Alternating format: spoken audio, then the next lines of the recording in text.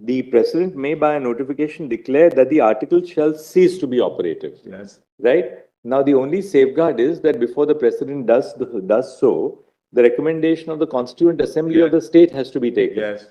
Now, what happens at a point of time where the Constituent Assembly of the state ceases to exist? But that's the point. The President can't issue such a notification. According to after 57, it can't be done at all. No, after 57, it can't. Then clause 3. Action between 1951 and 1957, when the Constituent Assembly could take that decision.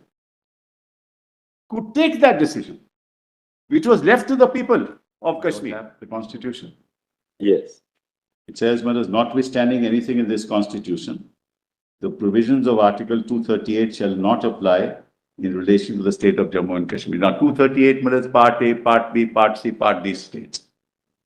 That's what 238 was, so it couldn't apply. It's neither, the Jammu and Kashmir didn't fall into that category. Sui generis.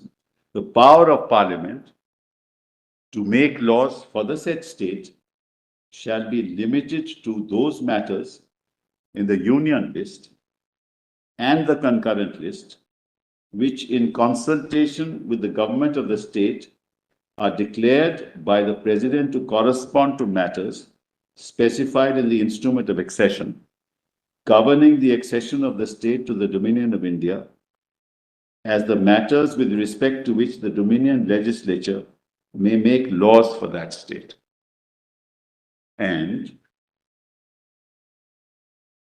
such other matters in the set lists as with the concurrence of the government of the state, the President may by order specify. So the items, whether it's communication, defense, foreign affairs in consultation, for all matters concurrence, for all other matters concurrence. Explanation.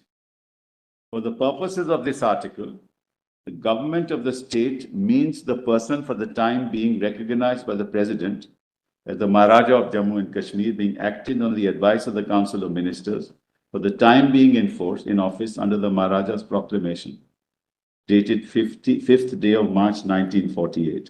This explanation was added later, and I'll point that out to your lordship later.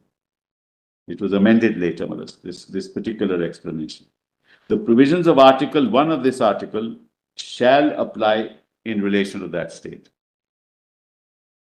Such of the other provisions of this Constitution shall apply in relation to the state, subject to such exceptions and modifications as the President may by order specify, provided that no such order which relates to matters specified in the instrument of accession of the state referred to in paragraph 1 of subclause B shall be issued except in consultation with the government of the state, provided further that no such order which relates to matters other than those referred to in the last proceeding proviso shall be issued except with the concurrence of that government.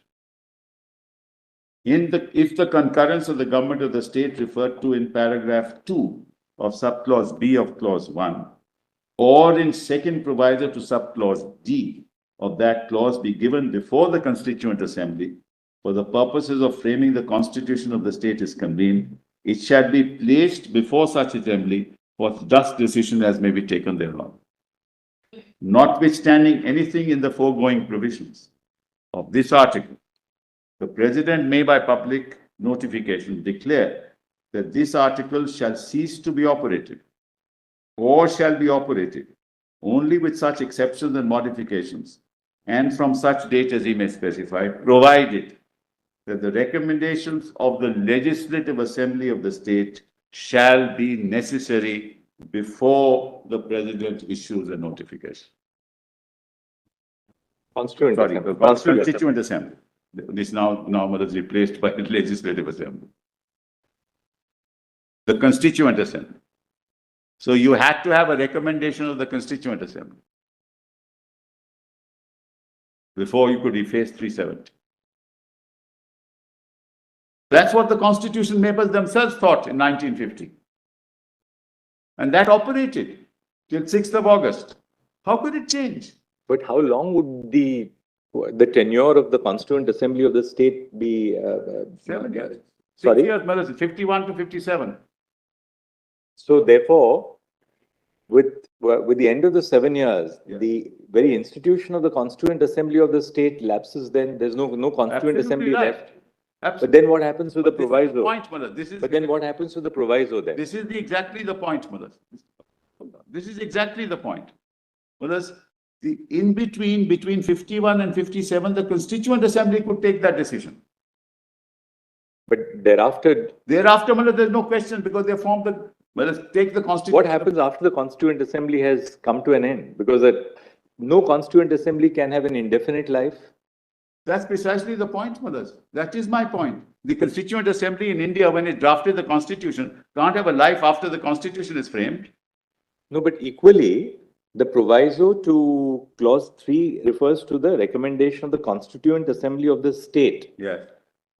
The substantive provision says that the president may by a notification declare that the article shall cease to be operative. Yes. Right? Now, the only safeguard is that before the president does so, the recommendation of the Constituent Assembly of the state has to be taken. Yes.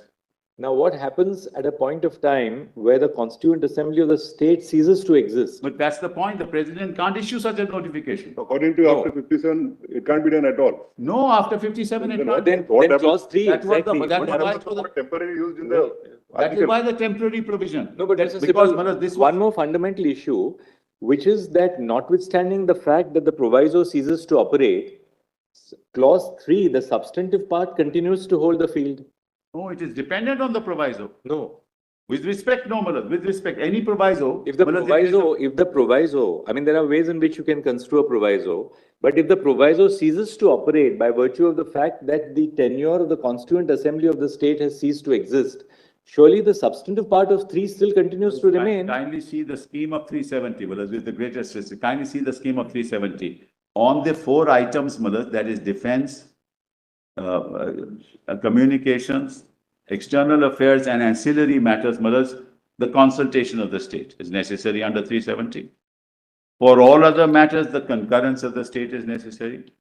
So can you say you do away with the concurrence? And then the third thing is, if you want to abrogate 370, then or amend it, you have to get the recommendation of the Constituent Assembly. So what is put to me, so long as it exists. Manoj, I'm sorry, Manoj, this is the point, Manoj. That's why I said initially, the Constituent Assembly, Manoj, has served its term when a constitution is framed.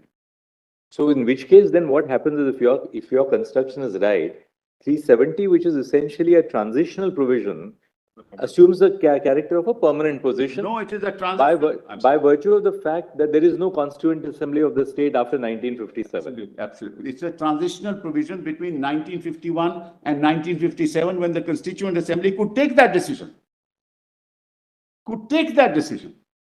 Which was left to the people of Kashmir.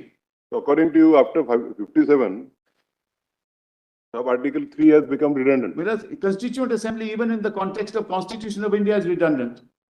So there is You can't revive a Constituent Assembly. There is no method, according to you, Yes. by which either with consultation assembly or Yes, otherwise, yes. can 370 at all be abrogated? Malaj, the amendment that is made ultimately, they convert the legislature into a Constituent That's a Assembly. different matter, right? No, but that tells you their understanding. Please appreciate that.